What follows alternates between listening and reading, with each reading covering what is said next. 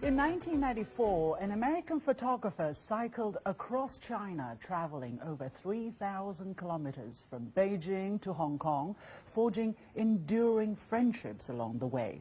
Last year, 27 years later, Peter Crosby did it again along pretty much the same route.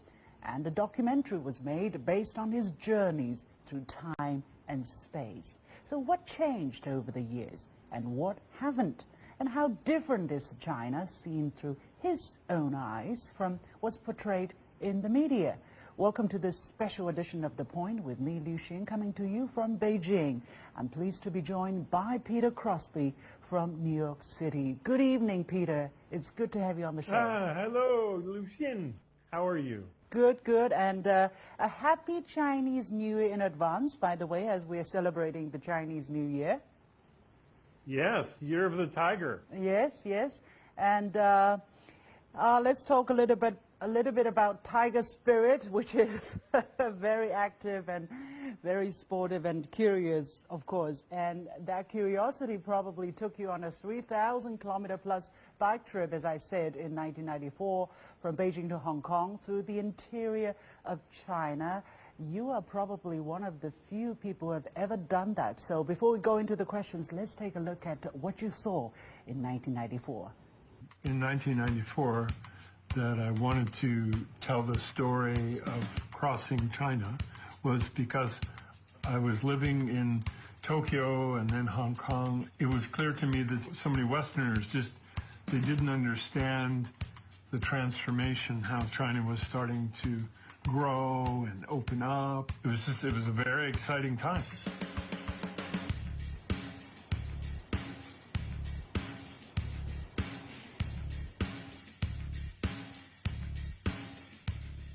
Amazing stuff, even for us Chinese. It feels like, you know, last century or something.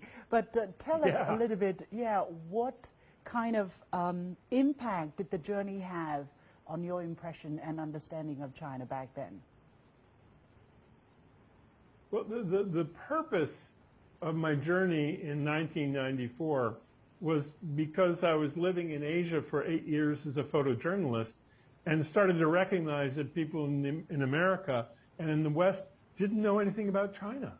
I mean, in 1994, here's China growing. I'd visited 5 or 6 times, and so I wanted more people to understand what was the center of China like. What was really the belly of the dragon is what I call it. What's really the heart and soul of China? So I was able to ride in very, very rural areas. It took quite a while because the roads were not very good or under construction. How did it impact your understanding of the country? So the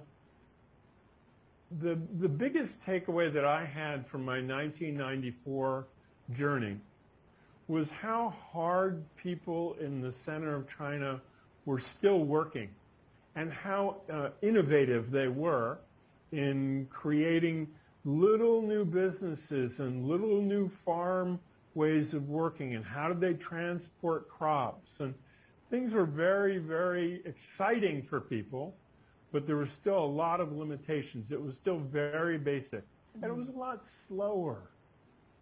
Right? Life was just slower. And so we were able to stop and talk with people. And the takeaway for me from the center of China especially was most of those people had not seen a foreigner. So I was very unusual. I was like, I was a spectacle.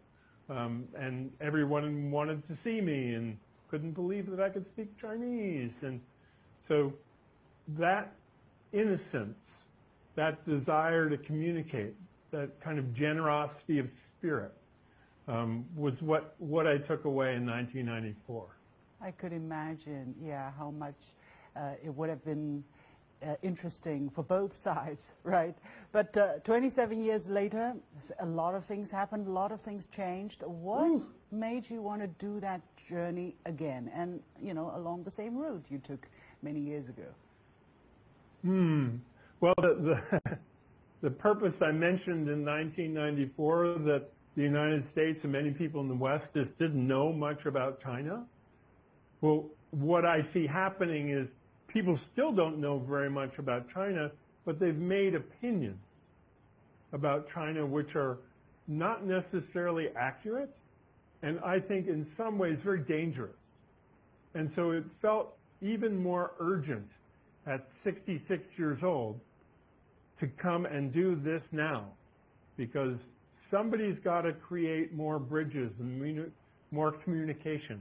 That's what I hope that we can show. Right. Well, it must have been challenging because you were doing this, you know, against the backdrop of COVID-19, but you managed it. And I don't know how you managed it, but congratulations on that.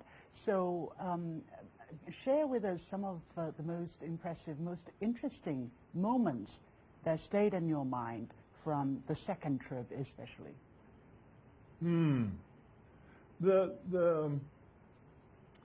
Gosh, I mean, there's so many. I was able to participate in a lot of events and arts and things that were both traditional and still very modern. The Shaanxi opera that I had seen in 1994 in a very rural community, here I was able to meet and study with a master of that art who travels around the world. He does 300 performances a year of this art. And that was really, for me, that was really such a special privilege, and it was a lot of fun, right? They got to have our faces made up and be able to play. I was able to play Guan, the famous war general, and Guan Yu. And to be the big knives. The big knives, and to be you know, be ferocious. So that was great fun. It was also important for me to see old friends from 1994. So I was able to find and see two old friends from Badong in Hubei province, the Liu family, and then also to find an old friend in Yangshuo, a woman who used to run a little cafe in 1994, and now she has a, you know, 30 room hotel, very nice hotel. So Yeah. those are three of the most important moments for me. Let's take a look at this video clip where you just mentioned, actually. We also picked that out because I think that is very, very interesting. Let's take a look at this video clip here. Then get a chance to hang out with Master Wu. He's playing a very serious role, but he's very playful. And so we could play together. And that's what, for me at least, that's part of why this was so enjoyable. We just got to play. Yeah. Okay, hold on. 2, 3.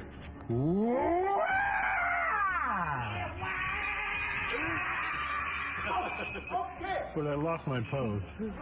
How did it feel? How did it feel to have your face painted and to do all of that? Did you feel you were kind of transformed into another, you know, persona, another life or something? Well, part of the experience was learning the history of the character, and then meeting the master and how he embodied that traditional character. And he was a very graceful, very powerful man. And so we were able to have a great connection, and it became playful. It was just something that he does every day that I do once in a lifetime, being painted, costumed, and now being able to shake the sword. Yeah. We had a connection as artists that was really quite strong. Yeah. I noticed when you talk about being playful, I noticed something about you and about your documentaries is you are able to have fun, you know, despite despite the circumstances. For instance, when you went in, when you went into this hot springs, when you you go on a steep slope. You're able to discover the flowers and things like that. Is it your personality that makes it so, or is it the environment, the country that you're in? You know, share with us a little bit, yeah, on that side. So one of the things that I've always loved about China is the way that people share common space, parks, and even under a bridge, right? People will be playing music, they'll be dancing, they'll be playing badminton, they may have, you know, the snapping whip and the big dreidel. I mean, some very remarkable things are going on in the public parks, singing opera, singing traditional songs. And so that to me is very outgoing and very playful. And when people are out there, most of the times people will invite me in to dance or to play, or I can take photographs with them and we can have a nice interaction. I'm not just I'm making photos with people, right? So part of that is the interaction that we have of playing and giving and taking that I think ends up being much more lively, much more interesting photos. Absolutely. And you were constantly, while interacting them, you were recording their lives and you were observing their minds, observing their lives as well. Comparing the two journeys 27 years apart, what have changed and what haven't changed about Chinese life? The biggest change for me, you know, it's one thing to see the photos and understand how much Shanghai and Shenzhen have changed and Beijing. But because I'm a bicyclist, right, what I see is the roads, right? In 1994, we were riding on concrete roads, broken roads, dirt and gravel roads. Most of the time they were one or two lanes, right? They weren't very big. And so now the roads are gorgeous. They're absolutely fabulous. And not, I mean, the super highways were not what we were riding, but, you know, we could go through a village and come out through a very long tunnel, and there would be a super highway, or there would be a new airport. So the roads were very different for me. Also, I traveled a lot in China by train, right? I mean, we all have. And that was always such a beautiful interactive experience, especially if you were going hard seat, right? And yeah. Not doing the hard seats grain trains. Yes, exactly. When you got to the countryside, it was harder to make reservations. Also, as a foreigner, it was more difficult, more complicated to, and so you just end up saying, you know, whatever seat I can get, I'll go. And so that obviously has changed. I mean, it's phenomenal that China has built 20,000 kilometers of high-speed trains in 12 years. I mean, it's mind-boggling to an American. I mean, to Europeans and other countries where they have high-speed service, but to an American, it's just it's unimaginable. You know, Peter, honestly, it is even unimaginable for many Chinese as well. And for me, who grew up, because my father worked in the railway, and I grew up, you know, literally played next to the railway tracks. For me to see, you know, the trains and think about the kind of trains we had in our childhood is still surreal. I tell you, it's still surreal. Another thing I have to mention, because you know, I also originally come from Hubei, where you spent a long time, and this ship cruise that you took in 1994, and I was just watching this, and I thinking to myself, I was probably on the same time on another boat, you know, exactly there, because I did a trip, and I knew exactly what you were talking about. These boats were primitive, and people like, they had no idea what a comfortable, sleek, modern cruise ship would be like, right? So you had this experience. Tell us a little bit about it. Well, these boats, the I mean, they were called ferries, so I can't remember in Chinese, but they would go from port to port, city to city. They were the primary transport for many, many people.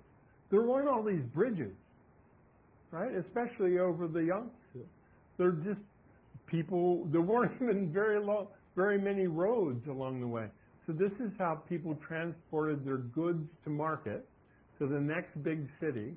They may be bringing oranges, they may be bringing pigs or coal, and that would all come onto the ferry, and that would all get off by hand at the next port, at the next station.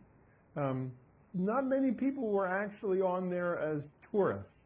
So I was kind of unusual.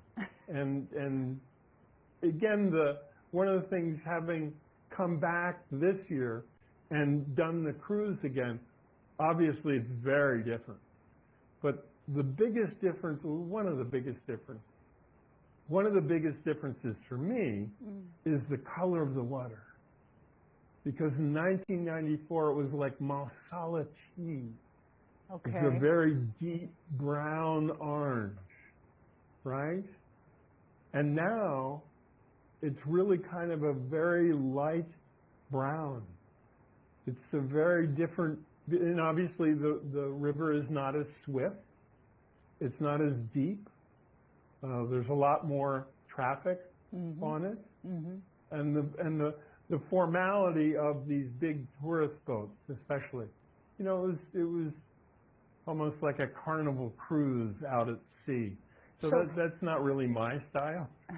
I know what you're talking about. about. Yeah, but we love atmosphere. We love, hecticness, activity. So, So were you saying, did you find that the water quality and the mountains, the ecosystem along the river, did you find a positive change, or it's pretty much the same as before, or has it gotten worse? Well, I mean, it's really hard to evaluate, right? Clearly, the three gorges are not as deep, right? And there's more room for navigation, so there's more ships. I know my friend, the Liu family, that they live in Badong, which is right on the river. And that area of Hubei has had a lot of problems with landslides. And I know along the river that that's been an issue, not just in Badong, but in different places, because, the water table wasn't 200 feet higher, wasn't 150 meters higher. So that's been something that they've had to negotiate there. They've actually moved part of the town. They're actually going to move part of the town across the river because it's not as steep. That's the only one that I know specifically, and that's because of my friends, the Liu family. Yeah. Well, you have mentioned the Liu family time and again. I think I have to show a little bit the clip of your encounters with them both times. Let's take a look. 你来，休息一下，非常漂亮。现在我不太胖。像你年轻的时候的那个瘦的有点像了，37、38岁嘛，那个时候。我们认识的时候。I met them when they lived in a dirt house. The meal they prepared was just like a 春节。如果这个是特别不好做，我们回来。好。1、2、3，茄子。当时也没有那个想着他还会找我，他这是知恩图报的人，就是这好。就和他是好朋友。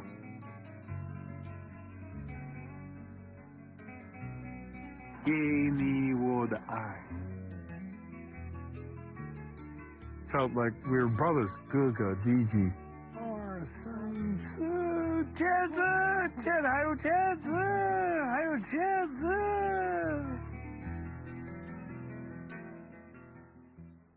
So, this Liu family, very generous, and Brother Liu have obviously forged a bond with you. You call each other brothers. And as we are celebrating the Chinese Spring Festival, did you have the opportunity to spend some time with them for holidays, during the Spring Yes, Festival I holidays? have. I've been, once I was able to find them in 2017, which was surprisingly easy because of Weixin, Yes. right? WeChat, the We Chinese were able to social media application, yes.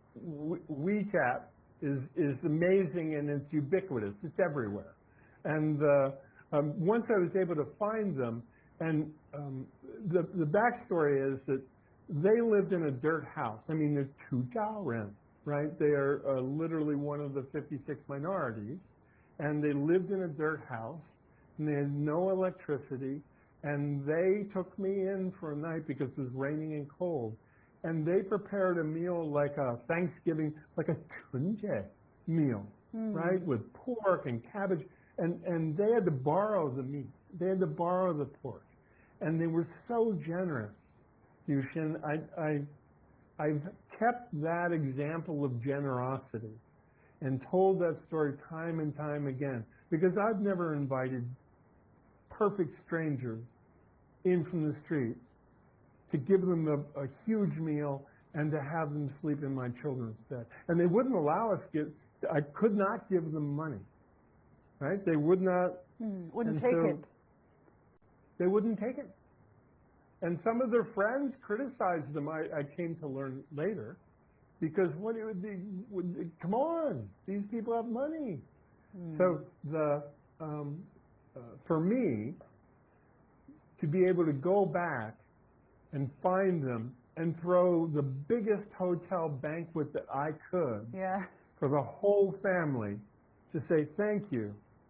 It was deeply gratifying for me. It was redemption for Ying Hao, for Mr. Liu, Papa Liu I call him. It was really quite a moment because he had felt like his honor was at stake. And to come back and be respected and be saluted it felt good for all of us. They no longer live in a dirt house way up in the mountains. They live in an apartment building. I mean, it's a walk-up apartment building, but they have a completely different standard of life. So Chunjie, because of Xinguanbingdu, because of COVID this year, again, will be strange, right? It will be distanced.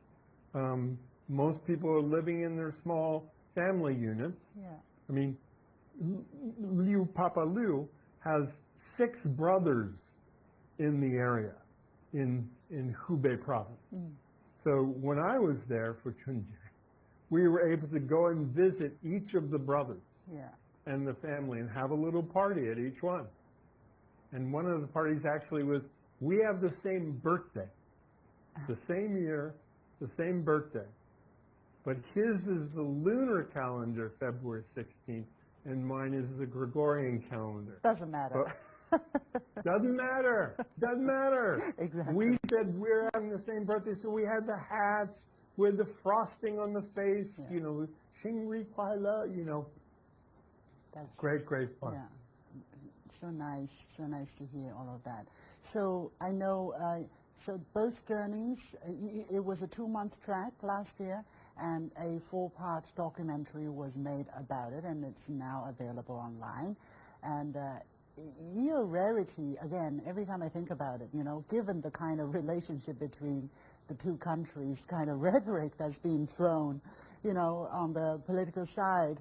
But you said in the documentary that much of the misunderstanding of China is because people don't know many basic things about China. I really want to play this part a little bit. Let's take a look. China's people are still the same, and there's no difference between what they want.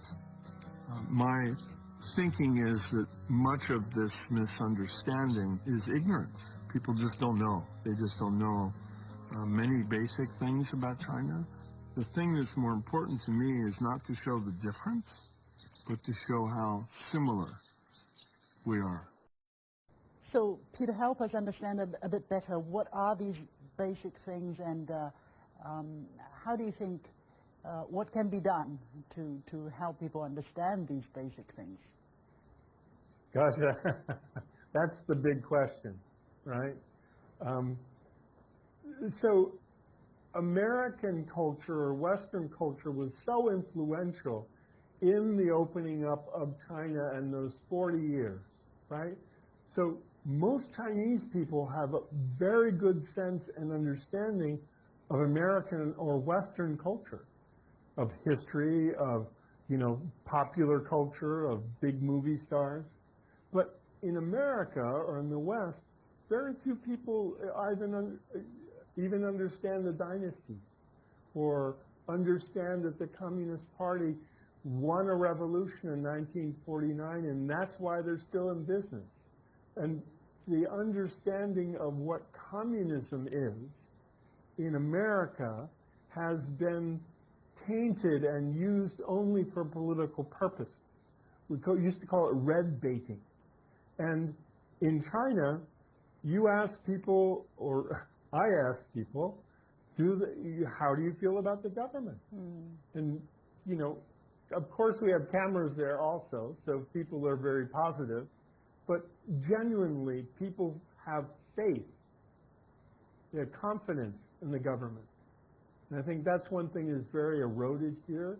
And so people then do not believe that people in China can possibly believe in this, authoritarian communist party. That's the rhetoric, right? But, if you go back and you look at Confucian and the Analects and you understand the father figure of the emperor and the structure of how the Communist Party works, level by level by level of meritocracy, down to your local committee in Beijing where I was living.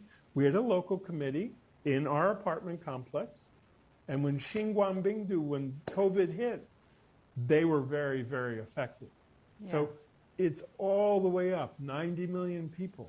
It's not 1.4 billion people. And so these are some of the facets I try and help explain. Yeah. How to do it better? Oh, Lord, I just... Don't worry about that. We take a small step at a time, right? What's important to me, and I think to many people who have experiences living in China, that this rhetoric not become more and more dangerous. Yeah. And so this question of how to communicate, how to create bridges is something I'm going to continue to work on. I hope to bring some of the Chinese bicyclists that I met during this journey last year to America, to bicycle across America with some Chinese Americans and just see what their experience is. Because you think it is also important the other way around for the Chinese people to understand America, the belly of America. I'm saying the belly of the eagle, but it's not very catchy. But the belly of America kind of captures. So I have to work on. We'll find something else. But the assumption from outside of America is that America is violent and dysfunctional and racist in these attributes, which we see on the media, but they're not pervasive throughout the country. And so I want to ride through the middle of the country because in my heart of hearts, just like in China, I know that regular people are generous, they're open, they're funny, and that's what I want to share. Yeah. The warmth of people to people. Absolutely. So you don't want to bring them to the belly of America, you want to bring them to the heart of America. Nicely put. Okay, thank you so much. It's been a wonderful conversation, Peter Crosby. And I wish you all the very best in what you can do. Basically, we share the same ideals and see the same mission, right, to help bridge people understand each other better. It's not just about politics and harsh rhetorics. Life is about much more. Yeah. It has to be about understanding and the common ground. Yes. Right? Okay.